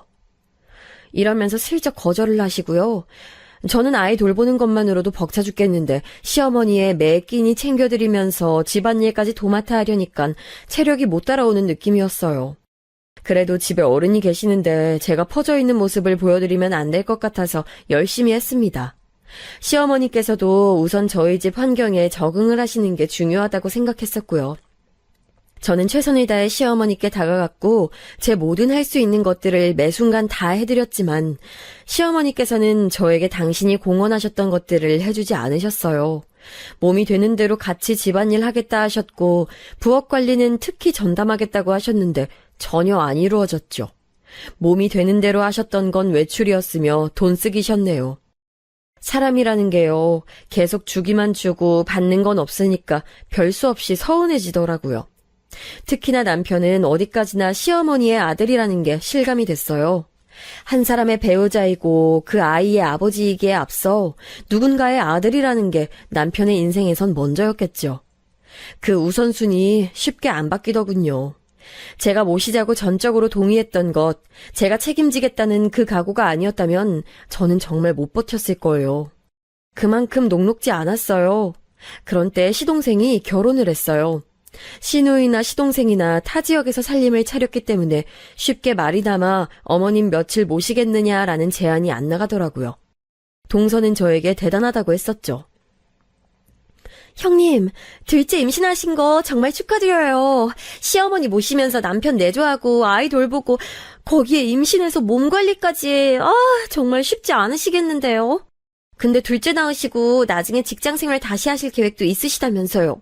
형님 대단하신 것 같아요. 진심으로 존경스러워요. 뭐든 다 척척 해내는 슈퍼우먼 같으시다고나 할까요? 그렇게 말해줘서 고마워, 동서. 치켜 세워주니까 나 되게 민망하다. 그냥 집안 살림하면서 어머님 말동무 해드리고 그러는 것밖에 없어. 특별할 것도 없는걸. 사실 특별할 것 투성이었지만 말로는 대수롭지 않은 척했죠. 동서가 저를 대단하다는 눈빛으로 쳐다봐주니까 괜히 그랬던 것 같아요. 저 정말 웃기지도 않는 사람이었네요. 남이 저를 어떻게 보는지 그게 뭐가 그렇게 중요하다고 저 자신을 끊임없이 속이고 억눌러가면서 살아왔던 걸까요? 어쨌든 저는 형님 덕분에 결혼한 거예요. 형님 아니었으면 진짜 결혼까지 못 갔을걸요? 응? 그게 무슨 소리야? 내 덕분이라니? 에이, 그렇잖아요. 형님이 나서서 어머님 모시겠다고 해주지 않으셨다면 어머님은 오가실 데 없었을걸요? 불안불안하게 혼자 지내시다가 못 버티고 자식들 집 전전하면서 지내셨을 것 같지 않아요? 형님이 어머님 문제 해결해 주셨기 때문에 제가 결혼한 거예요. 전 도저히 시어머니 모시고 사는 며느리는 되고 싶지 않아서요. 제 능력 밖의 일이라고 생각해요. 아, 그렇구나. 그런 생각을 하고 있었던 거였어? 우리 남편이 장남이고 내가 큰 며느리니까 순서가 아무래도 우리가 모시는 게 맞지. 그냥 자연스러운 일이었을 뿐이야. 그렇게 여겨주시니 다행이네요. 형님, 앞으로도 오래오래 어머님 모시고 살아주셔야 돼요. 아셨죠? 제가 형님 으쌰으쌰 하시도록 응원할게요. 저 완전 형님 팬이잖아요. 동서가 깔깔거리면서 환하게 웃는데 이상하게도 그 순간 저는 얼굴이 화끈 달아오르더라고요. 부끄럽거나 민망해서가 아니었고 왠지 모를 수치심, 모멸감 이런 것들이 저를 휘감았던 것 같아요. 그런데 그 감정들을 인정해버리면 나는 시어머니를 모시기 싫어진 나쁜 며느리야. 한 입으로 두말하는 사람이야. 이렇게 되어버릴까봐 스스로 겁이 났어요. 그래서 아무렇지 않은 척 굴었답니다. 생각해보니까 그때부터 아니 그 이전부터 동서는 저의 성향을 꿰뚫고 저를 한껏 이용해 먹으며 비웃어왔던 것 같네요. 자발적인 호구가 집안에 있었으니 얼마나 자기는 편한 입장이었겠어요. 내 희생을 모두가 알아주겠지. 다들 내가 없어서는 안 되는 존재라고, 내가 집안에서 엄청 중요한 역할이라고 그렇게 생각해 줄 거야. 몸과 마음이 지쳐갈 때마다 저는 그렇게 스스로에게 주문을 걸었죠. 제가 희생을 자처함으로써 제 존재감이 빛을 발하는 거라고요. 시누이와 시어머니의 관계가 회복된 것도 다 제 덕택이었어요. 제가 시어머니를 모시고 살지 않았더라면 과연 시누이가 자기 모친이 다시 잘 지내보자며 내민 손길을 붙잡을 수 있었을까요? 그렇지 않았을 거예요. 저라는 사람이 시어머니를 모시고 있으니 다른 가족들이 그 부분을 내려놓고 편하게 지낼 수 있었으니까요. 시누이도 본인이 시어머니를 안 모셔도 된다는 확신이 있는 상황이니까 못 이긴 척 모녀가 그런대로 잘 지내게 됐던 거예요. 저희 집 둘째는 딸인데요. 저는 아들, 딸 차별 없이 제 새끼들이니까 공평하게 예뻐해줬거든요. 그런데 시어머니는 조금 달랐어요. 잭! 어디 네 오빠가 먹을 반찬에 손을 대? 지저분하기 싫어. 넌 네 앞에 있는 거나 먹어야지. 네 오빠 걸 탐내면 안 돼. 저희 딸에게 쉽게 잔소리하시고 훈육을 하셨죠. 손녀보단 손자가 듬직한 건 어쩔 수 없지 않냐는 게 시어머니의 주장이었어요. 뿐만 아니라 아무래도 첫째를 더 오래 보고 지냈으니까 둘째보다 정이 갈 수밖에 없다고 하셨죠. 저는 집에서 남동생들을 더 귀히 여기는 부모님을 겪어온 사람이었기에 그런 시어머니의 태도가 마음에 안 들었죠. 어머님, 제발 거듭 당부드리는데 애들 차별하지 말아주세요. 제가 일 나가고 집에 없을 때는 어머님이 애들 보시잖아요. 어머님 역할이 정말 중요한데 자꾸 이렇게 차별하시면 너무 힘들어요. 내가 뭘 그렇게 차별식이나 했다고 넌 자꾸 똑같은 소리를 내대니? 같은 말 그렇게 반복하면 실례인 걸 몰라서 그러는 거야? 아휴, 내가 어련히 손주들 똑같이 예뻐하지 않을까봐 걱정도 팔자다 너는. 같이 살면서 크고 작은 일이 일어날 때마다 제가 무조건 참았고 저들였어요. 어른 이겨먹으면 안 될 것 같아서요. 또한 둘째 낳고 나서 제가 몸이 안 좋았었는데 그럼에도 갓난아기였던 저희 둘째, 길을 안 쓰고 안 돌봐주시려고 했던 시어머니, 그것도 제가 안 따지고 넘어갔었죠. 남편한테 도움을 청할 때마다 바깥일하는 남자들에게 집안일 도와달라 하는 건 안 된다며 막아서셨던 시어머니. 그러시는 것에도 제가 토 안 달았어요. 제 몸이 부서지는 한이 있더라도 젖먹이 둘째 보살펴가면서 집안일까지 다 하고 시어머니 밥 차려드리고 그렇게 살았어요. 그런 저였지만 제가 가게를 위해 직장 생활을 시작하고 맞벌이 부부로 저희 집이 거듭나면서 시어머니께서 아이들에게 미치는 영향이 지대해지자 도저히 싫은 소리를 입에 안 올릴 수가 없더라고요. 어머님, 자식 키우실 때 딸하고 아들하고 차별하셨었잖아요. 그런데 그걸 손주들한테도 대물림해 주실 건가요? 그럼 나중에 손녀한테 미움받는 할머니 되셔도 상관없으시다는 거죠? 그러자 시어머니께서 깜짝 놀라셨죠. 네가 어떻게 그런 심한 발언을 할 수 있냐는 눈초리로 한참을 저를 바라보셨었으니까요. 제가 분명하게 말씀드렸던 이후로 시어머니께서는 대놓고 손자 손녀 차별하지는 않으셨어요. 그런데 나중에 알고 보니까 몰래 차별하셨더라고요. 남편이나 저나 나가서 돈을 버니까 긴 시간 시어머니께서 뭘 하시는지까지는 다 속속들이 파악할 수 없었으니 저희 딸한테 참 두고두고 미안한 부분이에요. 시누이네, 시동생네 두 집은 저희 집 덕분에 정말 편하게 살았습니다. 저희가 시어머니 모시고 사니까 아무래도 저희한테 돈을 주기는 했었죠. 원래는 아무것도 못 받았었는데요. 시어머니께서 외출하셨다가 쓰러지신 이후로 그때부턴 시누이네랑 시동생네로부터 돈 받았네요. 금액은 한 달에 10만 원씩이었어요. 저희 집에 오는 돈은 그러니까 20만 원이었는데요. 그것 가지고 얼마나 오만 생색을 내던지 시누이는 차라리 직설적으로 말을 딱딱 뱉는 스타일이라 나았죠. 문제는 동서였네요. 형님, 어머님 팔토시 사드린다고 하셨던 건 어떻게 됐어요? 어머님이 찾으시는 재질이 있다고 하셨었잖아요. 그거 사셨어요? 아, 그거 아직 못 샀어, 동서. 인터넷에서 사야 하는 건데 찾아보기도 만만치 않고 시간이 없다 보니까 자꾸 까먹게 되네. 팔토시 얘기 나온 지가 언젠데 아직도 안 사셨어요. 에이, 형님. 그러시면 제가 물주로서 조금 속상할 수도 있어요. 정 그러면 동서가 주문해 줄래? 나보다 인터넷 쇼핑 잘하잖아. 어머, 형님! 제가 돈 드리는 입장인데 물품까지 제가 사드려야 한다고요? 그건 좀 너무하셨죠. 팔토시 이번 주에는 꼭 어머님께 사주셔요. 제가 어머님이 팔토시 받으셨는지 안 받으셨는지 다음에 안부 전화 드릴 때 확인할게요. 한 달에 10만 원 주면서 물주요? 그것도 받기 시작한 지 3개월째였나 그것밖에 안 됐을 때였어요. 그런데 생색내는 것에 너무 황당했었네요. 그리고 시어머니께서는 저랑 남편이 거듭 안 된다고 말씀을 미리 드렸음에도 초겨울 날씨에 몰래 친구분들 만나러 외출하셨다가 쓰러지셨던 거였거든요. 뇌 쪽 문제였죠. 병원에 입원하셨다가 집으로 오신 이후로 기저귀 차고 생활하셔야 했어요. 거동이 어느 정도 회복되시기 전까진 제가 기저귀도 갈아드렸고 너무너무 힘들었습니다. 병원에서 시어머니의 심각한 상태를 다들 봤었기에 저희 부부 눈치를 보면서 한 달 10만 원이라는 카드를 꺼내들었던 거예요. 그 의미는 이거였죠.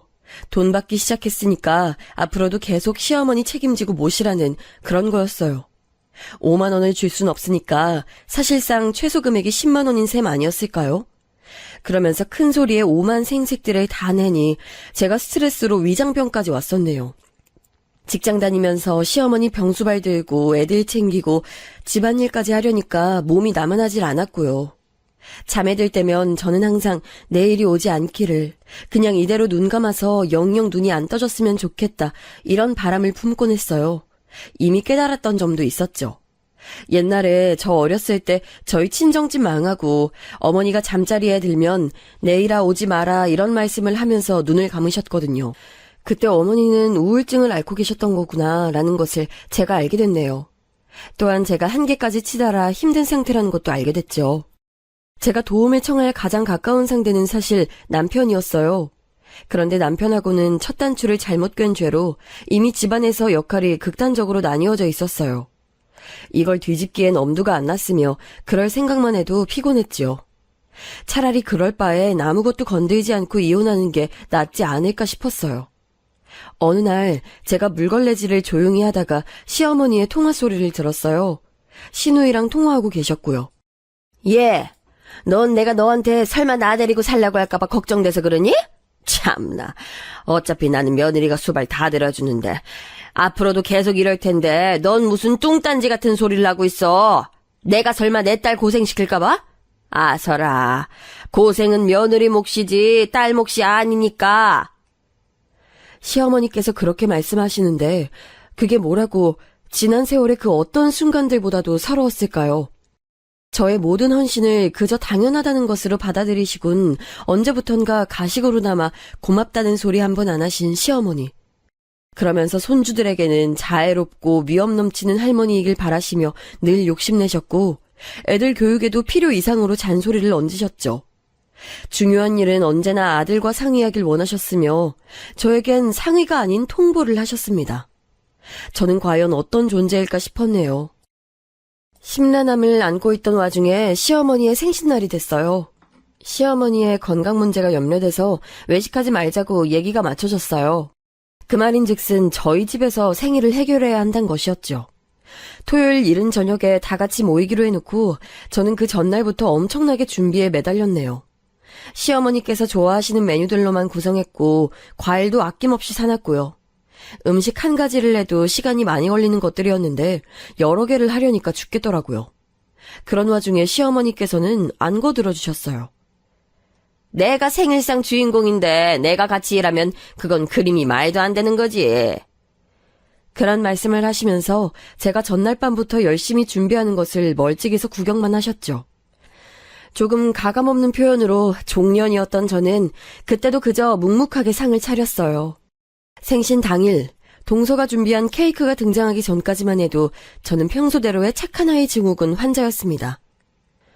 어머님은 이런 케이크 드시면 안 되는데. 지금 혈당 관리 엄격하게 하셔야 할 때라서. 형님, 생신 같은 날에는 그래도 케이크 정도는 어머님도 드셔주셔야죠. 그렇게 빡빡하게 구시면 없던 병도 생기겠어요. 안 그래요, 어머님? 이거 케이크 위에 장식 한번 열어보세요. 거기에 제 깜짝 선물이 들어있어요. 시어머니 건강 걱정을 하는 것도 그 자리에서 저 혼자였네요.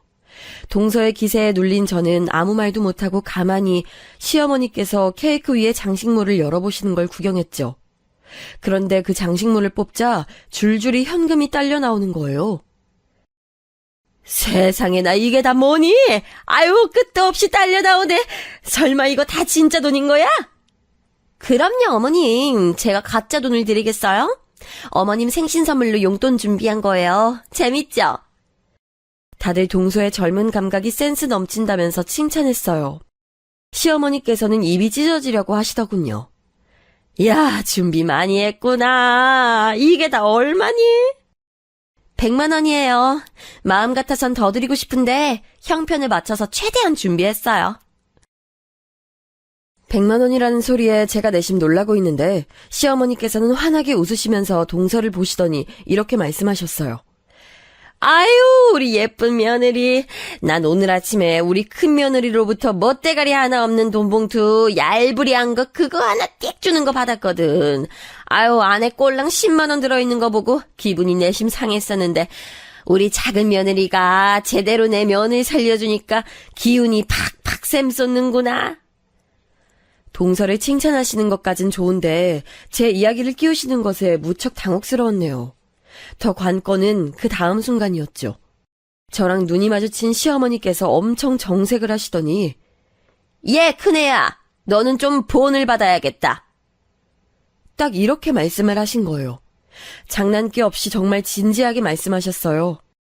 그 순간 제가 뒷목이 확 당기면서 시야가 흔들렸어요. 너무 화가 나니까 머리 꼭지가 돌았던 거죠. 동서는 능글맞게 손사래를 치고 있었고요. 그때 제 눈에 저희 애들이 보이더라고요. 애들 표정이 굳어 있었죠. 자기 엄마가 가족들 다 모인 데서 안 좋은 소리 듣는 거 애들이 절대 반기지 않을 테고 좋은 영향 결코 주지 못할 것 같았어요. 큰애가 작은애보다 월등히 못하니 이거 원. 이렇게 생일 같은 중요한 날이 되니까 이런 부분이 적나라하게 드러나네. 그때 시어머니께서 쐐기를 박으셨고 전 오랜 세월 축적돼 있었던 제 안의 자아가 와장창 깨지는 것을 느꼈어요. 착해야 한다는 강박증에 걸린 호구자아 말이에요. 그래요? 그럼 동선에 가서 사세요. 제가 말하자마자 얼음물이라도 확 끼얹어진 듯 분위기가 싸늘해졌어요. 다들 놀란 표정으로 잘못 들었나 하는 기색이더군요. 시어머니께서 저를 흘겨보시면서 말씀하셨죠. 너 왜 이러니? 너답지 않게 시리. 그러세요? 저다운 게 뭔데요? 저다운 게 뭐라고 생각하는지 말씀해주세요. 궁금하네요. 어머나 얘가 휙 돌았나. 갑자기 진짜 왜 이래? 너 미쳤니? 아니요. 미친 건 어머님 같은데요? 어머님 진짜로요. 지금 미친 노인네처럼 보여요. 온갖 수발 다 들어온 사람이 지금 이 생일상 준비까지 다 한 사람이 거기다가 10만 원도 내기까지 했는데 뭐 누굴 본받아야 한다고요? 기가 막히네요, 어머님. 치매 오신 거 아니에요? 저 이제 어머님 못 모시겠어요. 치매 오신 것 같아서 무섭거든요. 입에서 많은 말이 줄줄 나갔어요. 상 아래로 감춰진 제 두 손이 흥분으로 벌벌 떨리고 있었지만 목소리만은 올곧게 나가서 다행이었죠. 제 발언에 모두가 난리 났습니다. 시어머니께서는 시뻘개진 얼굴로 저한테 소리를 치시려다가 뒷목 잡고 주저앉으셨네요. 그 와중에 동서가 저한테 한 소리 하더라고요. 형님, 술이라도 드셨어요? 아, 진짜 왜 이러세요? 당장 어머님께 사과드리세요. 아, 동서. 우리 동서가 효심이 나보다 지극하지. 그래, 내가 여태까지 동서의 몫을 빼앗아서 미안했어. 앞으로 동서가 어머님 모시고 살아주라. 지금 당장 내가 어머님 짐 챙길 테니까 모시고 가. 뭐라고요? 갑자기 그게 무슨 말씀이세요? 저한테 모시라뇨? 동서는 재택근무 중이라서 외출도 안 하잖아. 어머님 모시기 딱이지. 아, 내가 어머님 생신인데 100만 원도 못 내놓고 정말 못난 며느리였지 뭐야. 10만 원은 이미 드렸으니까 남은 90만 원 드려야지. 이거 동서한테 입금해줄게. 모시고 지내는데 보태서 써. 동서가 덜덜 떨리는 입술 사이로 뭐라고 말을 제대로 못하고 저를 노려봤죠. 그 옆에서 시동생은 안절부절 못하고 있고 시누이네는 불똥 튈까봐 저랑 눈도 안 마주치려고 딴청 부리고 있었어요. 그때 남편이 외쳤죠. 당신, 지금 이게 다 뭐하는 짓이야? 아무 상의도 없이 엄마를 이제 안 모시겠다느니 뭐니 어떻게 이런 행패를 부려? 남편이 외치는 순간 희한하게도 제 손에 떨림이 멎었어요. 그리고 갑작스런 상황에 놀라있는 제 아이들이 눈에 들어오더라고요. 제가 여유롭게 웃으면서 남편한테 그랬습니다. 입 닥쳐. 너 나한테 이혼당하고 애들이고 재산이고 다 빼앗기고 쫓겨나고 싶거든. 그 입 다시 놀려봐. 어디 한마디만 더 해보라고. 그러자 남편은 객기도 부리지 못한 채 입을 닥쳤어요. 단 한 번도 제 이기심을 위해 성질을 부려본 적이 없었던 사람. 그게 바로 저였거든요. 그걸 남편이 다 알고 봐왔는데 제가 미쳐 날뛰니까 상황이 제대로 심각하다는 걸 인지했을 테지요. 정말로 남편이 거기서 더 짓거렸다면 이혼이었어요. 눈치를 챙긴 남편이 입을 꾹 다물고선 제가 시어머니의 짐을 챙기는 걸 도와줬기에 망정이었죠. 그날 동서가 시어머니를 모셔갔어요. 시동생이 자기 형 누나의 눈치를 엄청 살피면서 동서를 설득한 결과였죠. 시누이네도 무언의 압박을 가했고요. 시어머니께서는 너 나한테 이런 거 후회할 거다. 죄송하다고 언제 인사하러 오나 보자. 이렇게 중얼거리시며 비틀거리는 걸음으로 동서의 차에 올라타셨죠. 저는 그 말씀을 들은 척도 안 했어요. 그런데 동서의 발언에는 못 들은 척하기가 쉽지 않았죠. 어차피 며칠 지나면 화 풀고 먼저 연락 주실 거죠? 살다 보면 감정 조절이 안 되는 날이 있잖아요. 오늘이 형님한텐 그런 날이었겠죠. 전 다 이해해요. 그러니까 기다릴게요, 형님. 그 말을 듣자마자 저는 왜 그렇게 웃음이 나던지요. 아니라고 대꾸하면 시어머니 모시고 가는데 차질을 빚을까봐 일부러 별 말은 안 하고 웃어만 줬어요. 그걸 어떻게 해석한 것인지 동서는 무척 안심된다는 표정으로 떠났었죠. 하지만 착각도 유분수였어요. 며칠이라뇨. 몇 주가 지나도 저는 그들을 찾지 않았어요. 너무 홀가분해진 일상에 스스로 놀라서 처음엔 적응이 안 됐을 정도였고 애들하고 오붓하게 시간을 즐길 수 있어서 행복했지요. 형님, 저 좀 도와주세요. 너무 힘들어서 그래요. 제가 다시 어머님 맡아달라고는 안 할 테니까 며칠만 봐주시는 건 안 될까요? 제발요. 동서가 우는 소리를 하면서 저한테 연락을 해댔어요. 연락 피했더니 제 남편을 통해서까지 연락을 했고 시동생도 빌다시피 하더군요. 그래서 제가 그랬죠. 이제 어머님 시설에 모실 때 됐잖아. 시설 알아봐. 동서는 똑똑하니까 그런 거 알아보는 거 문제 없지? 화이팅! 제 이야기를 듣고 남편이 난리쳤었죠. 100세 시대인데 어머님 연세에 시설 입소는 시기상조라고요. 더 이상 착한 것에 강박 따위 없는 제가 속 시원히 말해줬습니다. 몸이고 정신이고 이미 훅 가셨는데 뭔 놈의 시기상조야. 이혼하자는 소리를 상당히 재미있게 돌려서 하네? 아니야, 이혼이라니. 난 당신하고 우리 애들밖엔 없어. 남편이 당황해서 얼굴이 창백해지더니 다신 시어머니의 거취에 대해 말을 안 꺼냈어요. 저는 시누이한테 연락해서 시어머님 시설 보내는 걸 동서랑 상의해서 두 집이 알아서 해결하라 했죠. 저는 할 만큼 하고도 남았으니 양심껏 두 집에서 해결할 것을 믿는다고 했습니다. 솔직히 그 두 집은 거리상 번갈아 가면서 모셔도 됐을 텐데 결국 시어머니께서는 시설에 들어가셨어요. 제가 아니었다면 이 집안에서는 아무도 시어머니를 모실 수 없었던 거였죠. 내가 내 복을 발로 찼구나. 내가 잘못 생각했었다. 그간 미안했어. 응? 우리 지난 날은 잊고 다시 잘 지내보자꾸나. 우리 손주들 집에 이 할미가 없으니 얼마나 허전해 할꼬.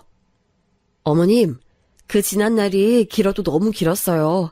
그래서 이젠 돌아갈 수 없는 강을 건너버린 것 같아요.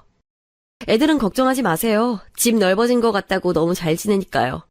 그리고 이제는 전문 인력 있는 곳에서 지내셔야죠. 몸도 예전 같지 않으시잖아요. 그럼 잘 지내세요. 그 어떤 전문가가 있어도 너만 하겠니? 우리 큰며느리, 큰애야. 나 좀 다시 받아다오. 다른 연놈들은 가족도 아니야. 그건 내 자식들도 아니야. 너밖에 없구나. 시어머니께서 저에게 호소하셨지만 이미 상황은 돌이킬 수 없었고 저도 마음을 굳힌 후였으니까요. 시설에 계신 시어머니에게 들어가는 돈은 시누이와 시동생이 쭉 부담하기로 했어요. 저는 찾아가서 뵙는 것도 안 했네요. 희한하게 안 뵙고 싶더라고요. 오랜 세월 너무 혹사당해서 그런지 이번 생에서는 이제 그만 배워도 될 것 같다는 생각이 들었고 그런 제 자신이 스스로도 놀라웠어요. 동서는 그렇게나 제 욕을 많이 한 모양이었어요.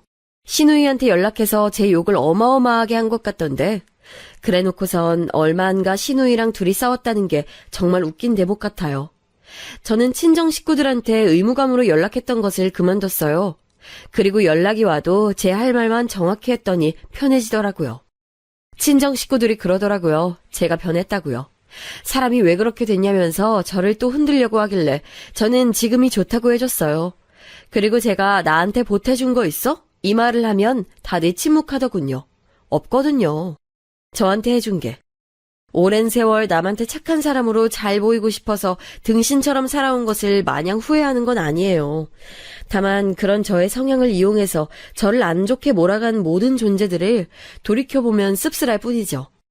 다 내려놓고 마음 편하게 사니까 인생이 달라졌어요.